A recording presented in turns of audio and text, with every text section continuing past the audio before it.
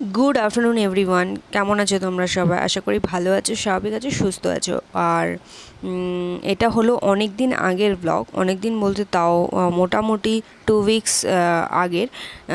আমি বেশ কিছুদিন ধরে কোনো ভিডিও আপলোড করতে পারছিলাম না, কারণ বাড়িতে সত্যি খুব বড় একটা প্রবলেম হয়ে গেছিলো। তো সবটাই তোমাদের সাথে শেয়ার করবো নেক্সট ব্লগে, তো তার জন্য ব্লগটা দেখতে থাকো। তো দেখো, আমি আজকে বানাবো, সেদিন ছিল সানডে। আর সানডের দিন ভাবছিলাম কি বানাবো, প্রতি সানডে চিকেন মাটন এইসবই তো হয়। তো চলো তাহলে অন্য কিছু বানানো যাক। তো রুই মাছ এনেছিল, তো ভাবছিলাম রুই মাছটা তো সব কিছু দিয়ে ট্রাই করেছি, বাট এইটা গরমের সময় আশা করি এটা ভালো লাগবে। তো দেখো আমি কি বানাচ্ছি, দেখো মাছগুলো একে একে ভেজে নিয়েছি, আর অনেকটা মাছের ডিমও ছিল, সেটাও ভেজে নিয়েছি। দিয়ে কড়াইতে তেল দিয়ে কাঁচা লঙ্কা, টমেটো, একটু সামান্য রসুন আর আদা বাটা দিয়ে দিয়েছি।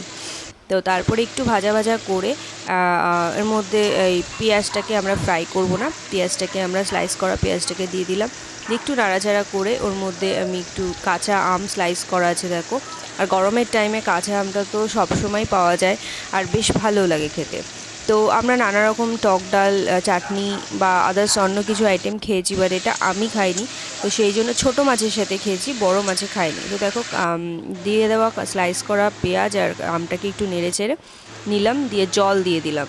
তারপরে দেখো একে একে মাছের ভাজা ডিমটা দিয়ে দিলাম, তারপরে মাছটাও দিয়ে দেবো আস্তে আস্তে করে। দেখো মাছের ডিম তো সকলেই আমার বাড়িতে ভালোবাসে। তো দেখো তারপর মাছটাও দিয়ে দিলাম, দিয়ে এর মধ্যে সামান্য মশলার মধ্যে শুধু ধনে গুঁড়োটা দিয়েছিলাম আর নুন হলুদ, আর কিচ্ছু এখানে দেওয়া হয়নি। তো দেখো মোটামুটি একদম হয়ে এসেছে আমার মাছের ঝোলটা।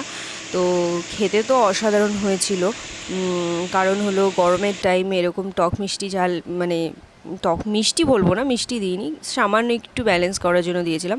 তো তারপরে দেখো এটা তুলে নিয়েছিলাম আমার জন্য আর আমাদের জন্য, আর এটা কিছুটা মাদের জন্য, এটা মাদের জন্য। তো কেমন লাগলো অবশ্যই।